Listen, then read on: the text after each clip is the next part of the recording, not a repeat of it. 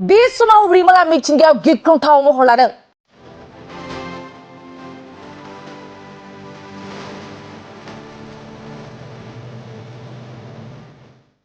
रिमोलनि गिख्रंथाव महर लानायनि थाखाय फरायसालिफोरखौ बन्द खालामनाय जादों।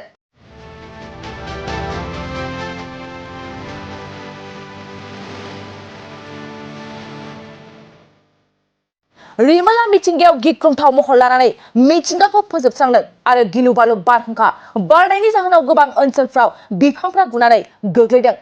बेफोरबायदि मिथिंगायाव गिख्रंथाव महर लानायनि थाखायनो फरायसालिफोरखौबो बन्द खालामनो थाखाय बिथोन फोसावदों। नंगौ, बे समाव रिमोला गिख्रंथाव महर लानायनि थाखाय माखासे जिल्लाफ्राव फरायसालिफोरखौ बन्द खालामनो थाखाय बिथोन होदों। डिमा हासाव, हाफ्लंआव सोलोंथाइ फसंथानफोरखौ बन्द खालामनो थाखाय थिरांथा लादों आरो गलाघाट, माजुलि, हजायावबो सोलोंथायारि फसंथानफोरखौ बन्द खालामनायनि थिरांथा लानाय जादों।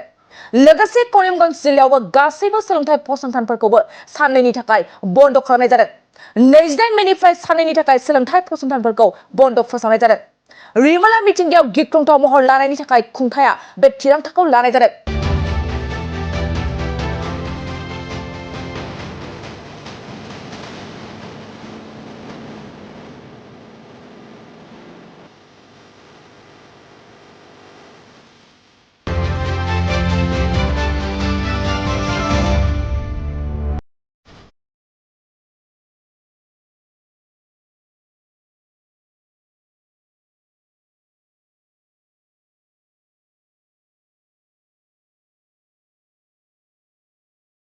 मोनसे गोजोनथाव खौरां, नोंथाङा नोंथांनि न'खौ समायना रमायना जोंख्लाब माख्लाब खालामनो गोसो दं नामा? थारैनो नोंथाङा नोंथांनि न'खौ समायना रमायना साजायनो गोसो दंब्ला नोंथांमोननि थाखाय बिजनेस बेन्स प्रडाक्ट्स कम्पानिया गोजोनथाव खौरां लानानै फैदों। गोदान बोसोर रंजालि बैसागु फोरबोजों लोब्बा लाखिनानै बेन्स प्रडाक्ट्स कम्पानिया नोंथांमोननि थाखाय अफार होनाय जादों।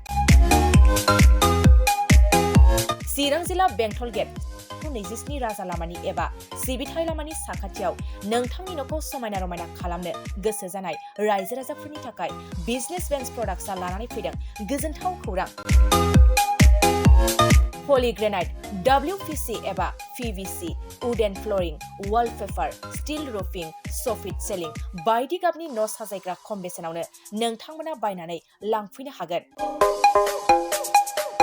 बेनि अनगायैबो नोंथाङा गोबां बाथ्रा मिथिनो थाखाय नैबे 8474015053 जानबुं नम्बरनि गेजेरजों नोंथाङा फन खालामनानै मिथिनो हागोन।